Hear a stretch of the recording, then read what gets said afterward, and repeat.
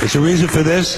There's a reason education sucks, and it's the same reason that it will never, ever, ever be fixed. It's never going to get any better. Don't look for it. Be happy with what you got.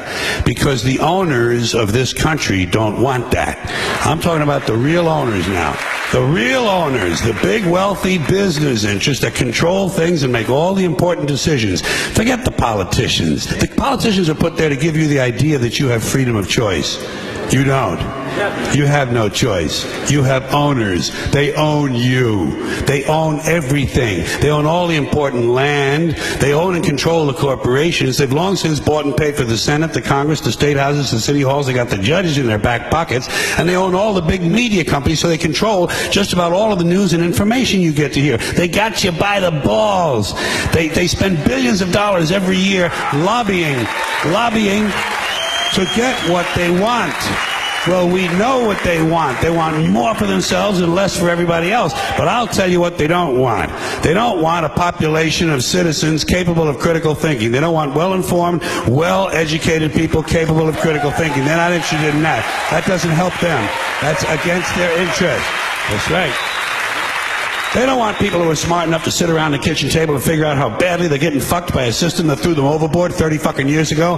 They don't want that. You know what they want? They want obedient workers. Obedient workers. People who are just smart enough to run the machines and do the paperwork, and just dumb enough to passively accept all these increasingly shittier jobs with the lower pay, the longer hours, the reduced benefits, the end of overtime, and the vanishing pension that disappears the minute you go to collect it. And now they're coming for your Social Security money. They want your fucking retirement money. They want it back so they can give it to their criminal friends on Wall Street. And you know something? They'll get it. They'll get it all from you sooner or later, because they own this fucking place. It's a big club, and you ain't in it.